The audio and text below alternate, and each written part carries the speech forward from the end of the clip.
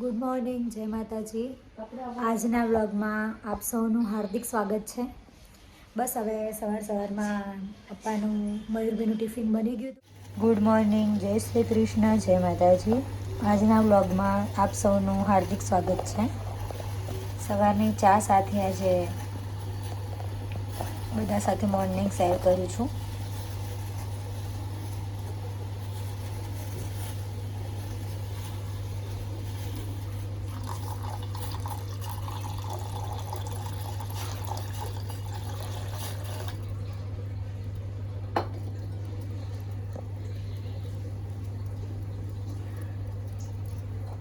હવે કચરા પોતા બાકી રાખ્યા છે એનું કારણ છે કે આજે કબૂતર જાળી નાખવા માટે અમે ભાઈને બોલાયા છે, બર્ડ નેટ. કેમ કે અહીંયા ફ્લેટમાં છે ને બધા પક્ષી બહુ છોડવા રહેવા નથી દેતા, કપડાં બગાડે છે, એટલા માટે. તો જો આ છે બર્ડ નેટ, કબૂતર જાળી એમ કે છે. ગમે ત્યાં આમાં બનાસકાંઠાનું કોઈ અમને ભટકાઈ જ જાય. એટલે આજે છે ને જે બર્ડ નેટ નાખવા માટે જે ભાઈ આવ્યા છે એમાં બનાસકાંઠાના છે. અહીંયા બધું કામકાજ ચાલુ છે.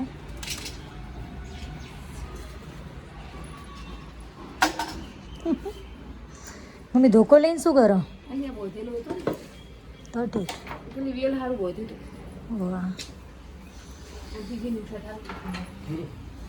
આ ભાઈ તો જો ગેલેરીના ઉપર ચડી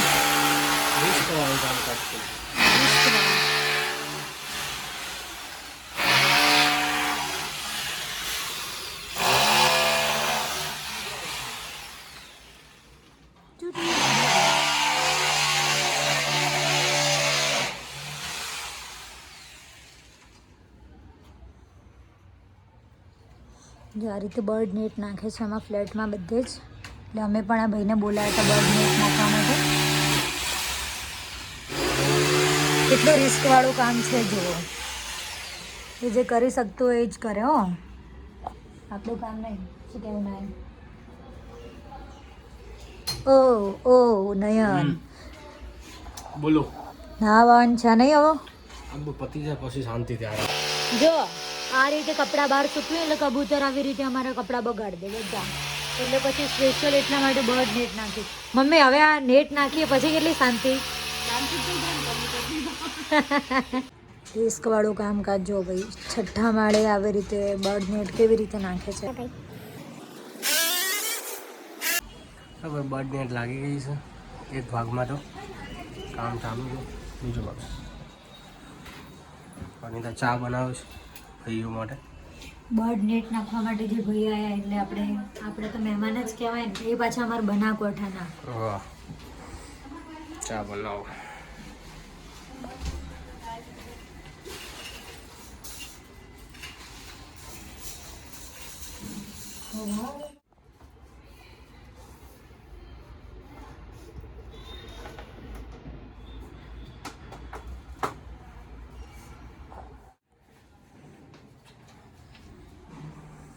શું બનાવવા મમ્મી?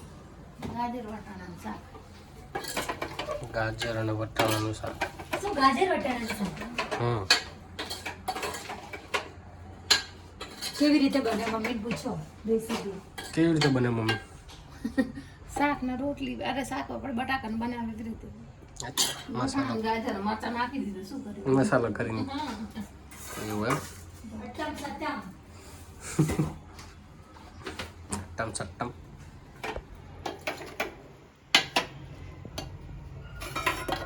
ઓકે. તું શું કરે? તું શું કરે? કરું છું. કેમ ધંધો નહીં કશું? બખાડો પડે. વોકિંગ. બખાડો. ધંધો નહીં બીજો કઈ? મને કોઈ કામ નહીં કરવા દેતું એટલે હું ફરું.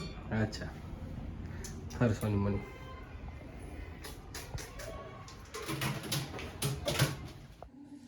આજે બપોરનું જમવાનું તૈયાર છે તો ચાલો જમવા.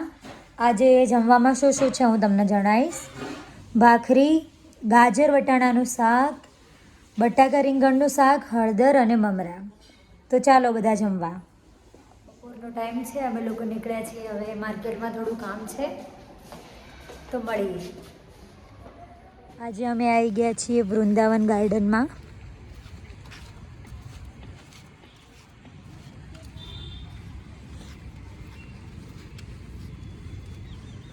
ઓહો,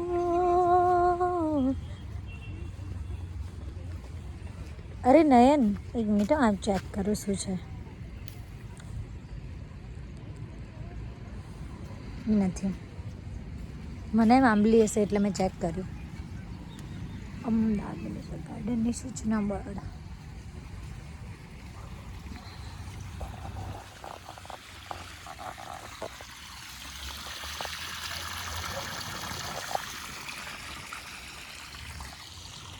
ગાર્ડનમાં બધે પાણી છાંટેલું છે.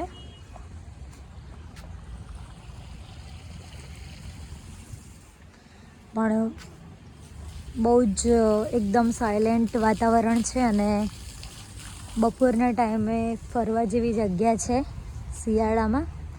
કેમ કે ઉનાળામાં તો ગરમી જ લાગે ને. અને જો ગાર્ડનના વચ્ચે વચ્ચે આંબો અને આંબા ઉપર જો મોર આવી ગયા. મોર તો કેરી જલ્દી આવી જશે એવું લાગે. જાંબુડો.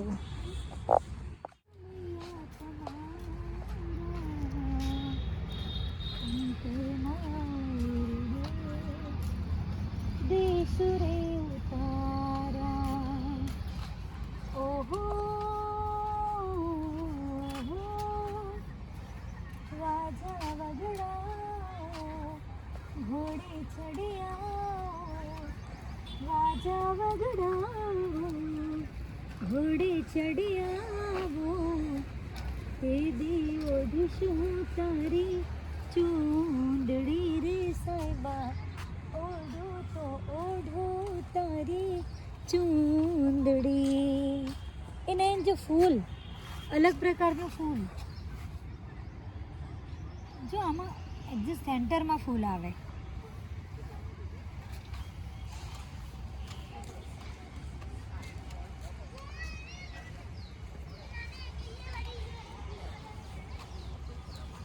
ગોકુલમાં આવેલું વૃંદાવન ગાર્ડન, એનો એટમોસ્ફિયર બહુ મસ્ત છે. વોકિંગ એરિયા બી બહુ મસ્ત છે. તો અમારે અમદાવાદવાસી જેને ગાર્ડનમાં આવો વૃંદાવન ગાર્ડનમાં પણ આવજો.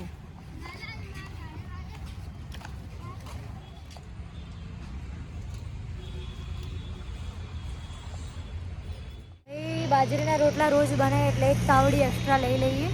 આયા છીએ તો આવી ગયા છીએ માર્કેટ જઈને. તાવડી લઈ, શાકભાજી લઈ. મેં લિફ્ટનું બટન દબાવ.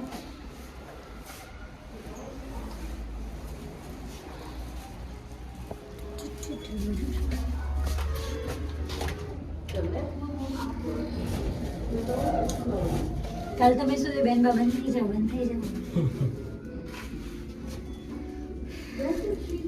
એક તો પકડો યાર, બે બીજું કેવી રીતે પકડ્યું હોય.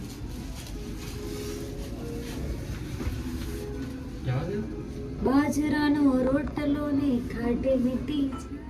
અંતા શું પ્લાનિંગ છે અત્યારે બનાવવાનું? પ્લાનિંગ में ऐसा है, હા, મેં ભાત મૂકી દીધા છે, એમાં વટાણા બી નાખી દીધા છે, તમે જોઈ શકો છો. જો અચ્છા ગાઈઝ, હા, મસ્ત પુલાવ બનાવવાના છે, મીઠી કઢી, લસણની ચટણી અને ભાખરી. Very good. યસ. સરસ. હું લાયા શાકભાજી? જો આટલા વેજીટેબલ્સ બધા એડ કરવાના છે પુલાવમાં. એ તમને ખબર છે આને શું કહેવાય? આને શું કહેવાય? આ કાલનો મેનુ છે પણ. અચ્છા, એક મિનિટ અહીંયા જણાવો, જેને ખબર હશે ને કમેન્ટ કરશે. આને શું કહેવાય? જો હું બતાવું. ઓકે,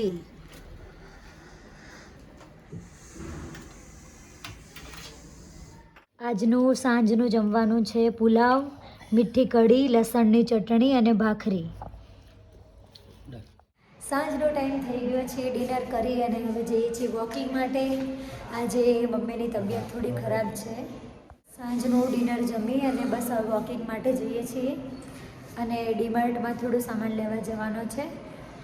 આજે મમ્મીને પણ લઈ જવાના હતા પણ મમ્મીને થોડી તબિયત ખરાબ છે વાતાવરણના હિસાબે. તો આજે મમ્મી ને પપ્પા નથી આવતા પણ અમે બંને જઈએ છીએ. આટલું બધું જવાનું લેવાનું ચવાણું ના ખટાવટા નહીં, તીખું જ. તીખું અને બીજું શું લેવાનું?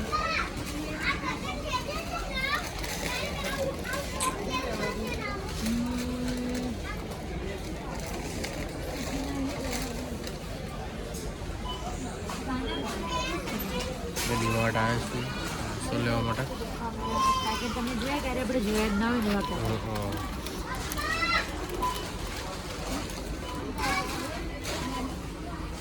સ્પેશિયલ નાસ્તો લેવા.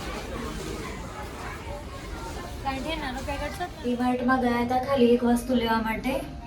અને જોજો મેન ગાર્ડનમાં બેઠા છે એમના ભાઈબંધ જોડે અને હું આવી રીતે. આજે રાતના વાગ્યા છે 11:15. તો આવતીકાલે એક નવા બ્લોગ સાથે મળીશું.